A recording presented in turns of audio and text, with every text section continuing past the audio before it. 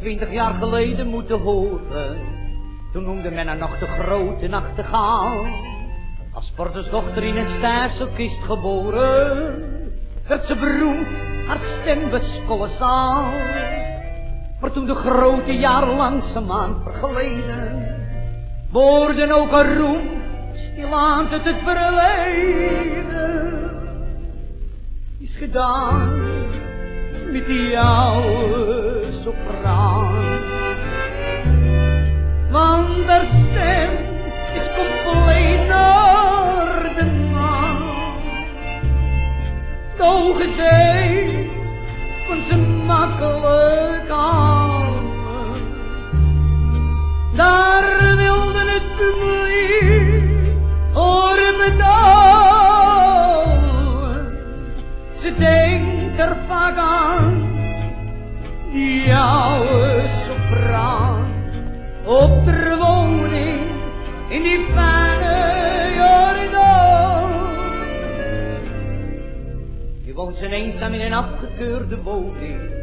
Aan het voetje van de oude Wester leeft ze voort. Ze trekt van de race, dat is de enige beloning. Er is geen mens meer die ze met haar stem bekoort. In haar penantkast ligt vergaan een teltje rozen. En toen ze in de hoogste kringen mocht verpozen, is gedaan die oude sopraan. Want haar stem is compleet naar de maan. De ogen zij kon ze makkelijk houden. Daar wilde het publiek horen bedouwen. Ze denkt er vaak aan, die oude sopraan. Op de woning in die fijne Jordaan. Toen het Jordaanfeest weer een aanvang had genomen, heeft ze er waaier ook nog 1 keer aan gedaan. Ze is als een vlinder op de lichtjes afgekomen. En plotseling zag men haar weer op het podium staan.